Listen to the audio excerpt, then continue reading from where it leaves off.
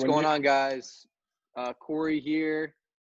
I'm accompanied by, of course, my main man, or I guess my main men, Coach John O'Derna, Mike Silipo. We got a special guest because we're starting our player series with Eli Gobrecht, who is of the Archers Lacrosse Club, and we're going to dive into his history. All right, Ithaca, if you can't see it, he's an Ithaca alum. He's a Bomber. How you doing, Eli? Good to see you.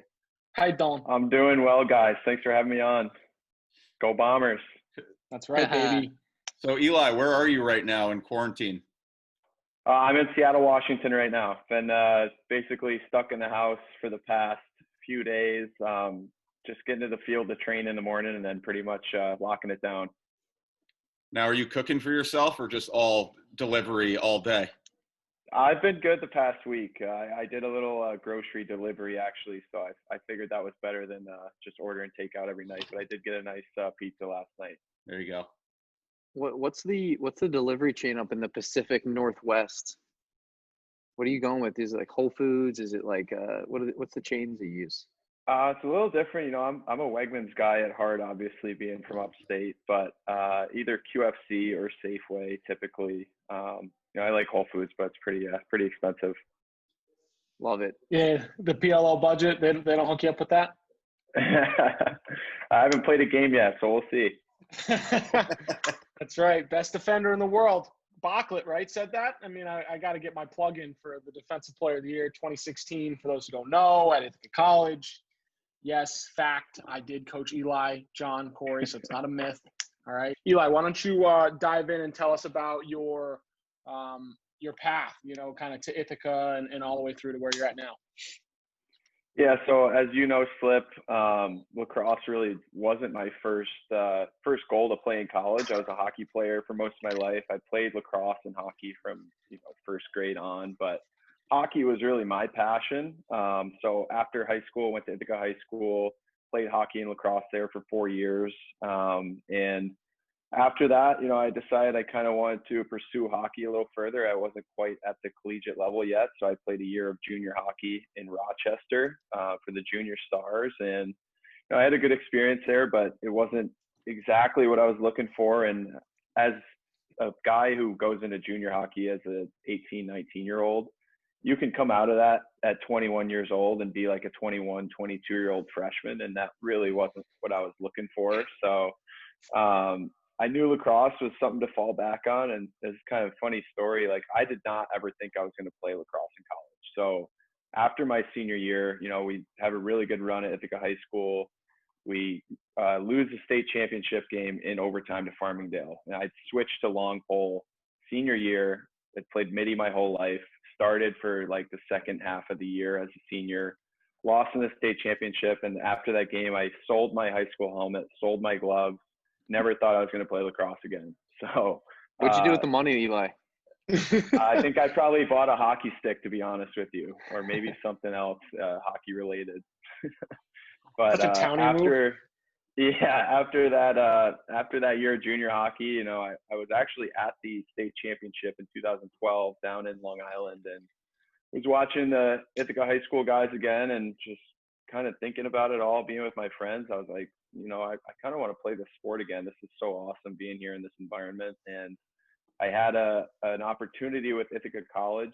My mom worked there in the library, and I got free tuition, which was an incredible opportunity. And obviously my parents had been pushing that and didn't necessarily want me to just go play hockey for a year and go to a different school and pay tuition. So that was a pretty good fallback for me. And then, walked into Coach Long's office. He's got his feet up on the desk. He's bumping Bob Marley, and he's like, "Hey, man, you want to play here?" I'm like, "Absolutely."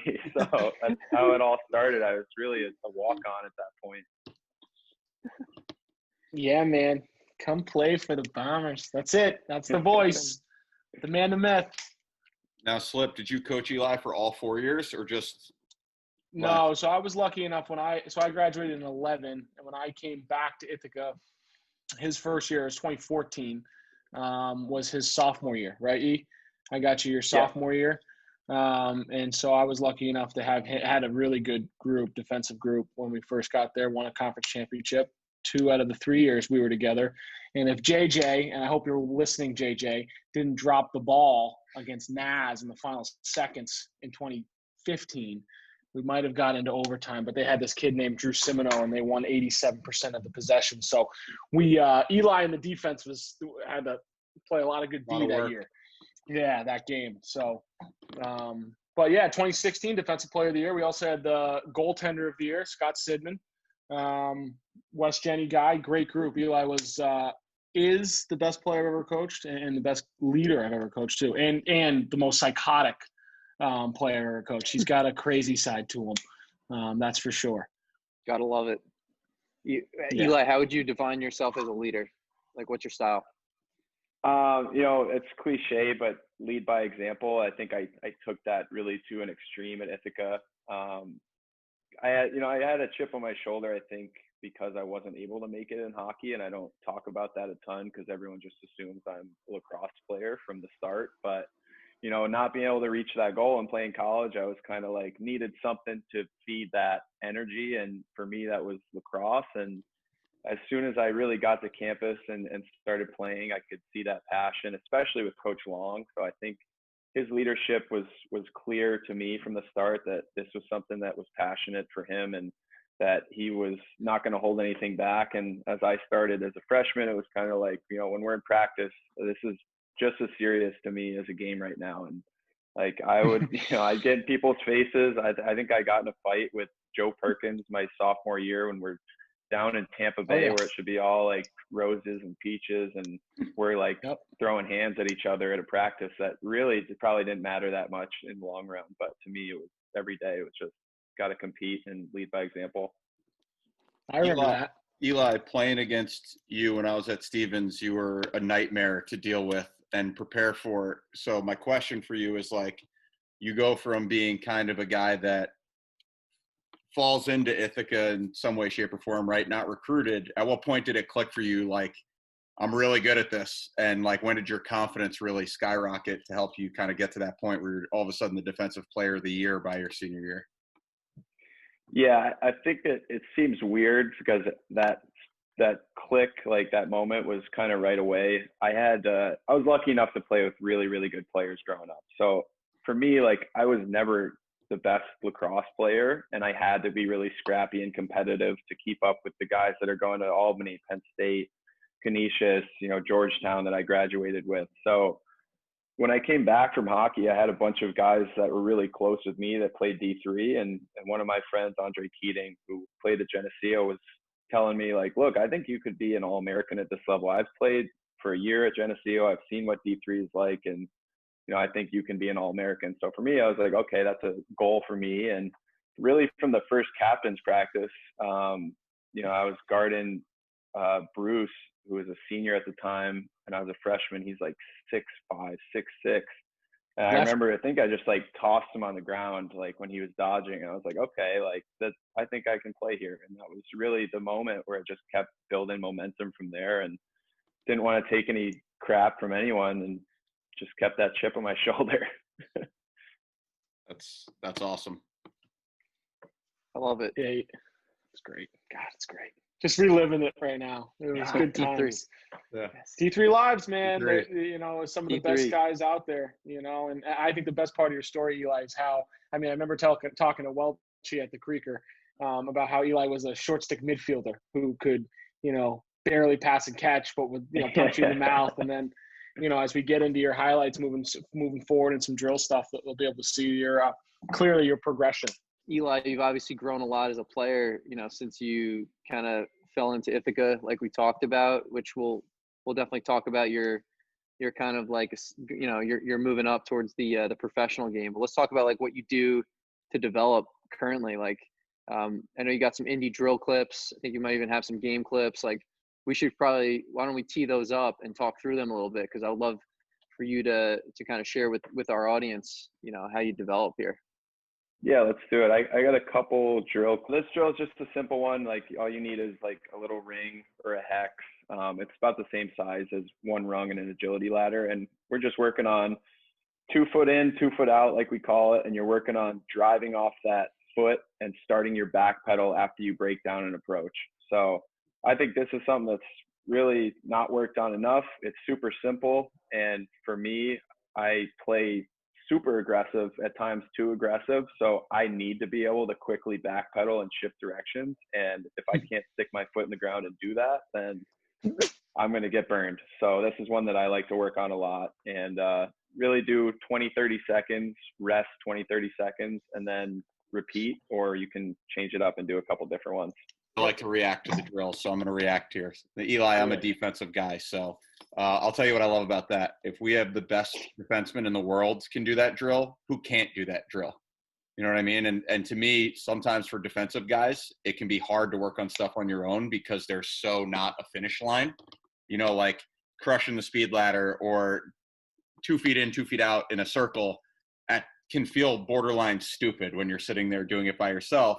But you've got to be a big picture mindset guy and understand, like, well, if I can get out on an approach and get into a back pedal, I'm going to be a really damn good defenseman, which is what I think is cool about that drill. Right. Who can't do that drill?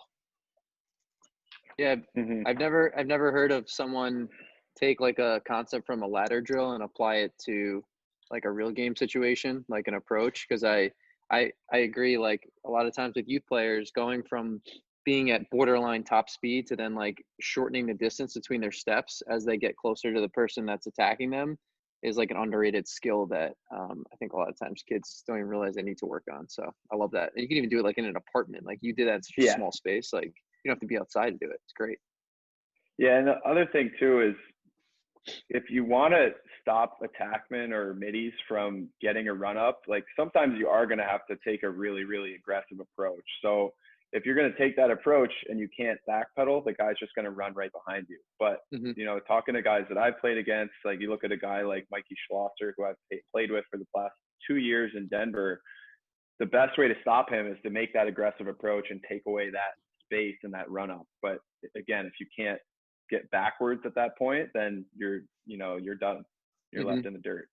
It's such an important skill too, Eli, because defensemen sometimes, and this was a progression that I had as a player, I was insecure about my foot speed, so I wouldn't want to get it out and extend on an approach.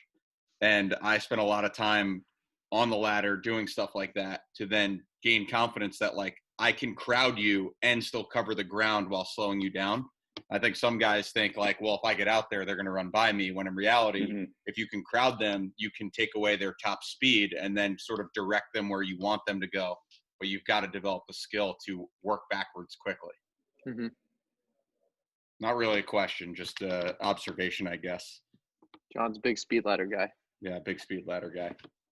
John's a big D guy, Eli. So when I told him we were getting you on, he's been cheesing ever since. So I'm glad we can fulfill that quota for the week on Monday for his wife. So let's jump into the next one. So I've been working a lot more with these rings or with these hexes. It's something my trainer kind of taught me, Kristanina, and he was talking to me about it. Like, look, you can do a speed ladder over and over again. Like you can do it super fast, but how technical can you get in your small little steps in your footwork? So this one is really just about shifting your hips to cut off an attackman.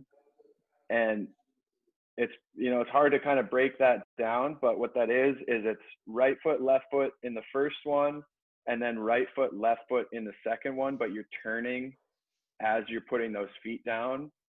Right, so viewers, there's a blue one right here and there's an orange one right here, just so you can see it. So you go basically just a shuffle through the first two, but you're turning, and then you do that same 2 in, 2 out footwork once, twice, and then you break out for the ball. So this is a more advanced progression of the first one that I showed. Sick. It would be a vowel trainer, Chris DeCina, to come up with this, of course. Big vowel guy, Eli. Let's watch it one more time. This is like, he trains a lot of football players, so this is like a cornerback drill, and I've seen this, and I just think, again, it's being comfortable with those quick little steps where you're shifting and changing directions. And I can count exactly how many steps I'm taking in that drill, and if I'm taking 13, I know that's one too many. So trying to cut out the extra steps and just make sure that you're doing everything with a purpose. No, I love that too, Eli. All we coach is efficiency and footwork. That's what ladders and all that stuff is. And guys, like you said, some guys will just blindly go through it and be like, I got to get through this ladder, not counting their steps, not doing it with a purpose. And if you can do that stuff and be efficient, it's crazy how well that will translate when you don't have to think about that stuff when you're playing. Mm-hmm. I love the roundness of it too, right? I mean, the ladder is just so square and it's so predictable. And the way that you have to work those angles, those curved angles, your approaches in those tight areas, I think is pretty unique, opposed to just doing a ladder, sequence. It is really cool. Yeah, the last thing I'd say about that too is like the thing you guys don't see is, the 3-4 times where I'm like kicking the ring 10 feet out of the way by accident. So, that drill is challenging for me too. And I know I'm doing that very fast in that drill, but that starts in slow-mo, trying to figure out the steps. And that's kind of the finished product, the one that goes on Instagram, not necessarily the missteps there. I don't know what you're talking about, Eli. You're perfect. That's because I coached him. So let's just get that. Let's get that plug in, Eli. Okay. Let's get this last one here, brother. It's on the goal, right, the gatekeeper on the path to perfection. Just ask him. No, you don't have to ask me. Nope. All right. So this is one that I actually got from Rutgers, from Jimmy Ryan. He sent this to me, my former teammate, LSM at Ithaca. Class of 15, I believe. Volunteer at Rutgers. This is good. This is good, Eli. Let's get more bomber. So good. This is really about change of direction behind the cage and being able to navigate the back of the net. So it starts with a diagonal shuffle and then kind of turn and run crossover, and then a closeout and then a ground ball. So just being able to go from a shuffle to a crossover step to really a full sprint and then a closeout to me is how like someone like Rob Pennell will dodge like this. A right-handed player that's dynamic. They'll start off with their left, they'll roll back to their right, they'll do that little finalizer move, roll back one more time, but they're always trying to get to their right hand. So this is like something that I see typically from Dodgers, and I try to emulate that with this drill. And also just the importance of being able to quickly change direction with that net in your way. This is awesome. Yeah. We've been doing a bunch of O drills that we've been showing and some D drills obviously too with John, but we've talked about with the offensive drills, visualizing your attack, the moves you're doing, putting the ball in the net, but visualizing your defender and what their approach is, how you're going to attack their top foot, their top hand, whatever it might be. And you're doing the exact same thing on the other side, which to a lot of kids and a lot of players is probably hard, right? The defender as kids is always chirped like, oh, it's not as much fun playing defense. But you're literally out there visualizing Rob Pennell, the Thompson brothers, whoever you might cover. Thankfully, you don't have to cover Mr. Grant because he's on your team. But and just working what you think their moves would be and breaking down and visualizing it like you're in the backyard while you're working by yourself is awesome, dude. It's so cool. Yeah, where that's great too is, I joke around with our D guys sometimes because we do a lot of stuff where we have D guys giving an O rep look, and we'll have guys starting with like their stick facing the defenseman, like basically check me right away. I'm like, any attackman you ever play against do that? Like, do they just hand you their stick? No, like understand what the offense is trying to accomplish so that you can go out and do it on your own and visualize it. I think that's such an underrated skill. It goes back to you saying doing those drills with a purpose. Well, you want a purpose, you got to understand what the people attacking you are trying to do so that you can get after it and do that stuff with a purpose. Yeah, I like it too because a lot of times I hear about like the pressure points of a defense. That's usually more of like like you're an offense attacking a defense, like what are some spots you can get to really put pressure on the defense? But if you think about it from a one-on-one perspective, like good attackmen that are great initiators from X, like a Rob Pennell, like they know how to hang up a defenseman on the back of the cage. So like if you practice that, it's like you're probably not going to be that guy that's tripping over the back of the net once you're defending them. So I think that's a really cool thing to work on because that's a scary spot to defend as a defenseman, especially against like a strong, good change of direction, like just pretty much anyone in the PLL I'm sure you're going to have to face, which we'll get into, but I love it. Protect against the hammock. You don't want to get hammocked back there. You don't want to get the hammock. No. We don't want that. We don't want that for you. Yeah, the last note on that one too is just like, it's like you nailed it. Like we as defensemen cannot go out and do what we normally do. Like, we have to go against imaginary dodgers. We have to make up and defend against air, which is really bizarre. And it makes it hard to coach too. So, with my organization out here in Seattle with Cityside, one of our co-founders, Chris O'Doherty, who's another Rutgers guy actually, he always says when we're down with the defenseman and the offense is shooting at the other end, it's like, look, those guys over there, they're having fun right now. They're shooting, they're rolling, they're laughing, they're having a great time. Like, we're working hard down here to shut those guys down. So I really like that. And I think that helps you with understanding why you're doing what you're doing, when it might be like, why am I just sprinting around cones behind the net right now, coach? Can't we just shoot? Yep. All right, Eli, what are we looking at here? Okay, so this is kind of just pulling together, the stuff I've been talking about. The way that I play is very aggressive because I know I can recover. So I take a really bad angle behind the cage to gutter ding because he's going to his left hand and he stops on a dime, but I'm able to quickly recover, change direction, get my stick back in front, and turn him back into the slide. Great slide by Finn Sullivan. And then I'm able to just get under that stick enough to knock it down. Our goalie gets the ball. So, I think really this is one of my first pro games as a pole. I started as a short stick, believe it or not, in the MLL too.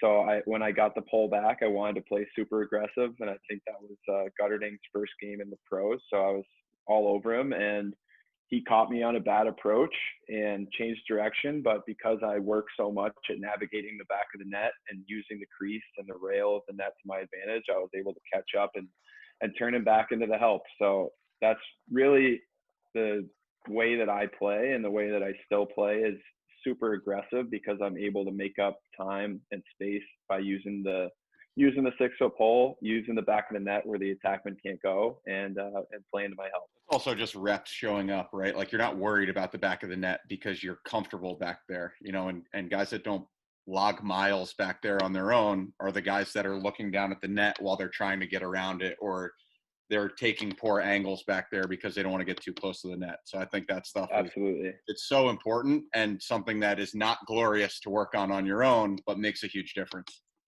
Yeah, I get a lot of weird looks at the park when I do that drill. Well, if they only knew they were looking at the best defender in the world, they wouldn't second guess. They said MJ used to practice without a ball all the time. 45 minutes of Mike Silipo gassing you up for the 25th, whenever the tournament starts. That's right. Coaches gotta, good coaches build confidence. They're able to break you down, but they're mostly very good at building you up. Right, E? Yeah, right. Well, I think first practice we were doing conditioning indoors, and I hadn't even met you yet. You were out there for practice my sophomore year. Is that all American speed 25? I'm like, who is this guy? What is he talking about? Classic. Well, if you need Mike to fly out to Salt Lake, he'll start the quarantine now. Yeah. Coach. PLL, how you doing? What you need? I'm your guy. Nah, I'm out.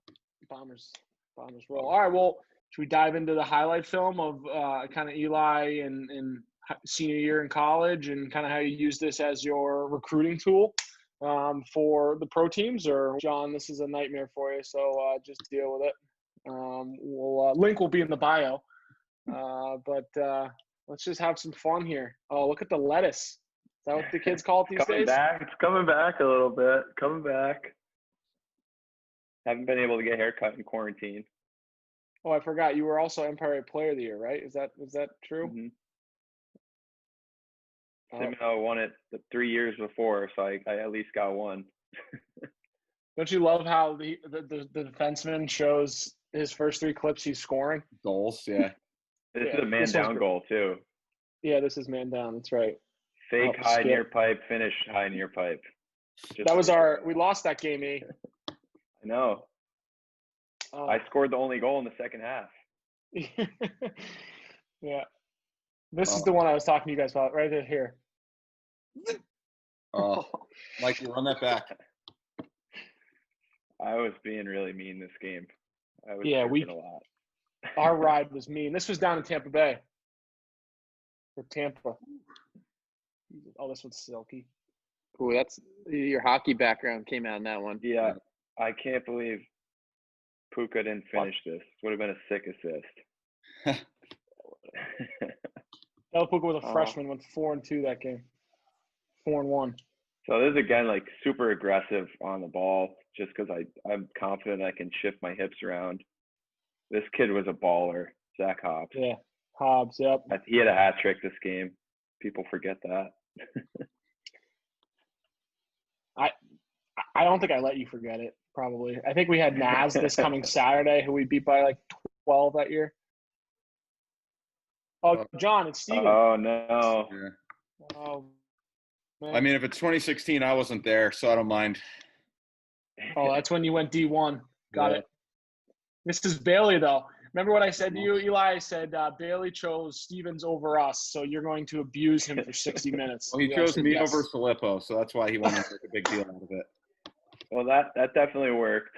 I think Longman said something to me before the game, too, so that got me going. He chose you over me. Oh, that's classic.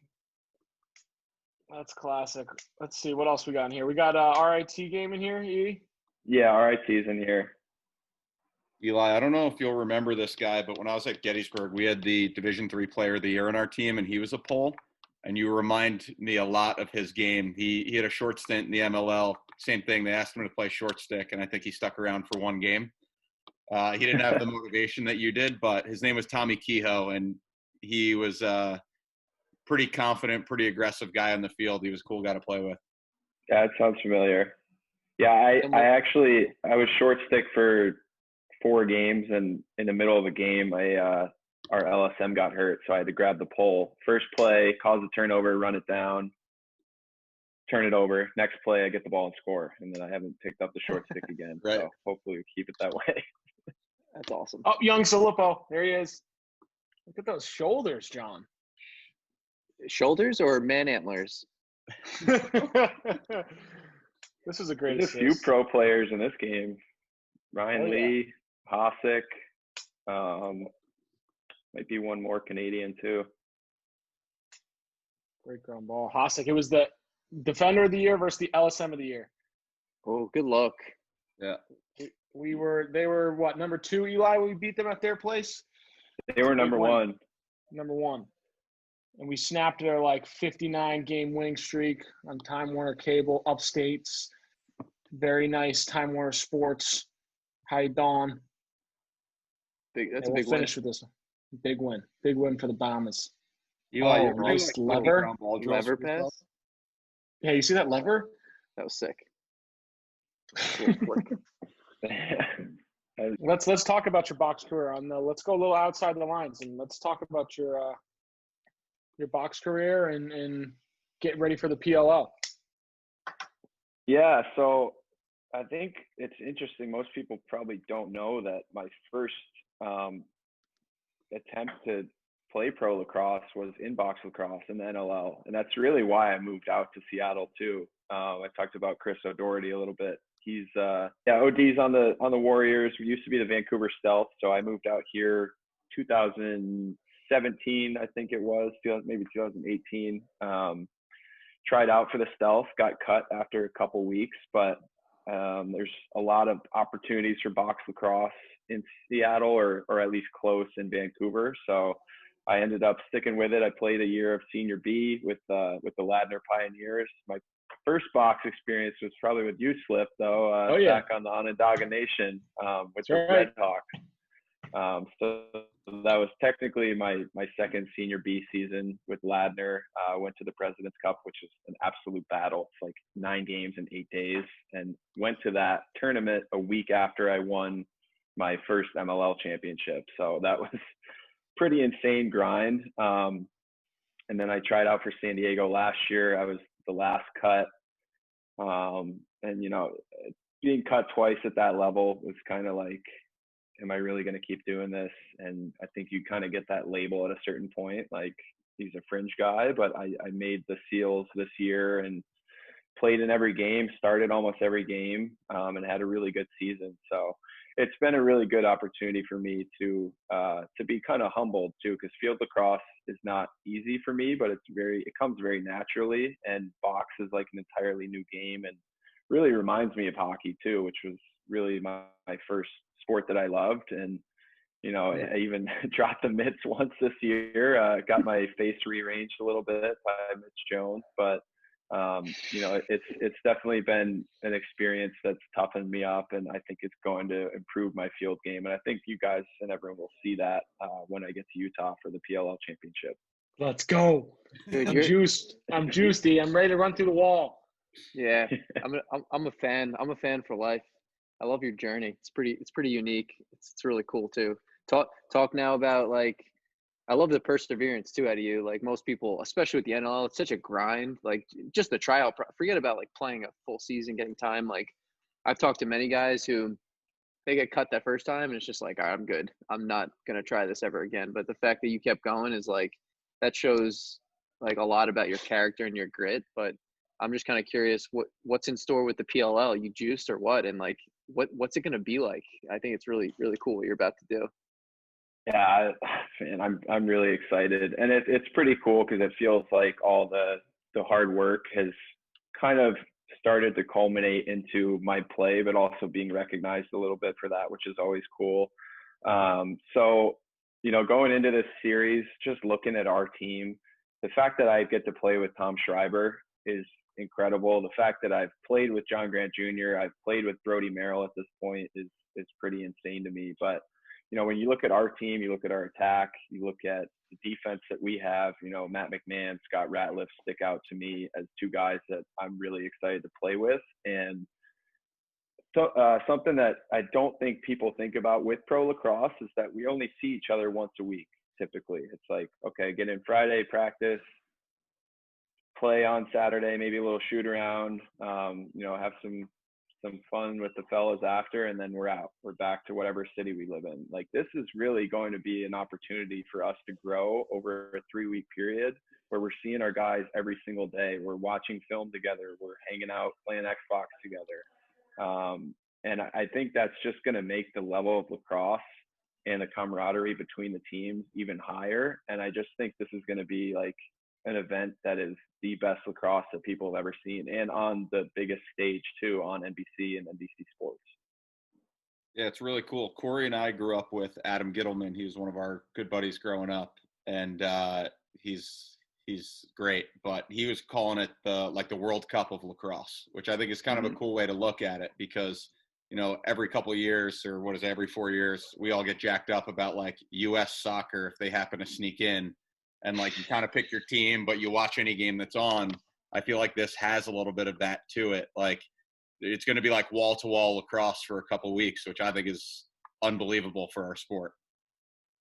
Yeah, I agree, Jo. I think that's such a good point. I also think like where lacrosse has been over the last like 5 months at every level, just because of this virus, people are ready to like run through walls to see a game, to talk about a game, just to open up their phone and get clips of a game. So I just think the timing is like, it's ripe for something epic and historic to happen in the sport, which I think is going to add to the juice. But it's cool to hear the inside scoop from you about why you think the product's gonna be really good. Because I didn't think about those things when you talk about the camaraderie and the chemistry and just being together for such a long period of time, as opposed to like, hey man, it was cool, these last 2 days were great, but I got to go back to my 9 to 5 for 5 more days. So I'll see you in a little bit, because that definitely breaks up the flow.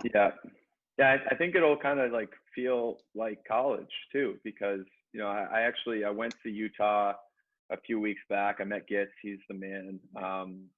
It was awesome just hanging around with him and training. But being back with those guys, like I was rooming with Curtis Corley and Grant and Ian McKay were across the hall, and then Marcus and Will and Gitz were there all week. And it was just like, it was kind of that feel like, look, we're going to train together. We're going to have a little fun together. And just spend time with each other. And that's a feeling that we don't really have as professionals anymore. Like when I was back at Ithaca, like I lived with Scott Sidnam, who Slip said the goalie of the year. I lived with Mike Walker, who was a 3rd-team All-American. And like, those guys are still my best friend to this day.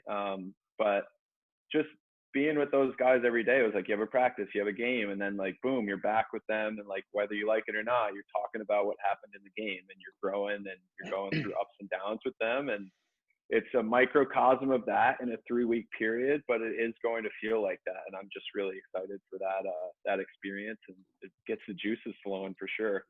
It's awesome, E. Happy for you, bro, and I'm proud of you. It's awesome. So cool. I'm excited. I'm excited for you. It's gonna be really cool. Yeah, we're gonna be tracking each and every day. We already have some like office pools going. I don't know if you have to cut that out, Jay, but we're definitely doing the bracketology. I mean, 100%. Silipo's got his Eli Gobrecht number 25 Archers jersey shirt on pre-order right now. I'm wearing 25. All right. McMahon's wearing 77 actually now. Really? Grant is? Yeah. Mr. Grant? No. McMahon is. Matt. Oh, McMahon. Got it. Yeah. Well, speaking of Mr. Grant, E, we're going to have to use your resources to get him on. So send me his cell phone. And Mr. Grant, if you're watching, which you should be, I'll be in touch. I'll do my best. I'm sure he'd love to hop on. You guys can debate whether or not you wear pads when you shoot or not. That was a hot Twitter debate the last few days because he posted a video with his elbow pads, gloves, and helmet on, and started a huge Twitter war. So that might be a little fun to chirp him about that. Epic. I'm on your side, Grant. Whatever you say, mister. I agree with you, Grant. That's awesome, Eli. Well, Core, wrap us up, man. Take us home. Oh man, this was couldn't ask for a better guy to kick off our player series. I back it up. Eli, your story is unique. It's interesting. I think what you're doing is awesome. Silipo is obviously a big fan of you already, but me and now you got 2 more big fans, and we're gonna spread what you're doing and what you're up to our networks, which is pretty cool. I think just getting players involved is just different than getting a coach involved, just because of like your perspective and what you guys go through day to day to kind of remain connected into the game. So, hearing just what you're doing to play at the highest possible level in the world is fascinating to me. I'm sure it is to a lot of our viewers too. So we really appreciate having you on, man. Hopefully we'll get a chance to see you do some big things in the next couple of weeks. Thanks, Eli. Yeah. Thanks for having me on, guys. Thanks for pumping my tires, Slip. I could use that. It's been a boring couple weeks, but it's all coming together. So I'm sure somebody will break me down, and then you can build me back up. Anytime. You got the sell. You got the sell, brother. Go Bombers. How you doing? Go Bombers. How you doing?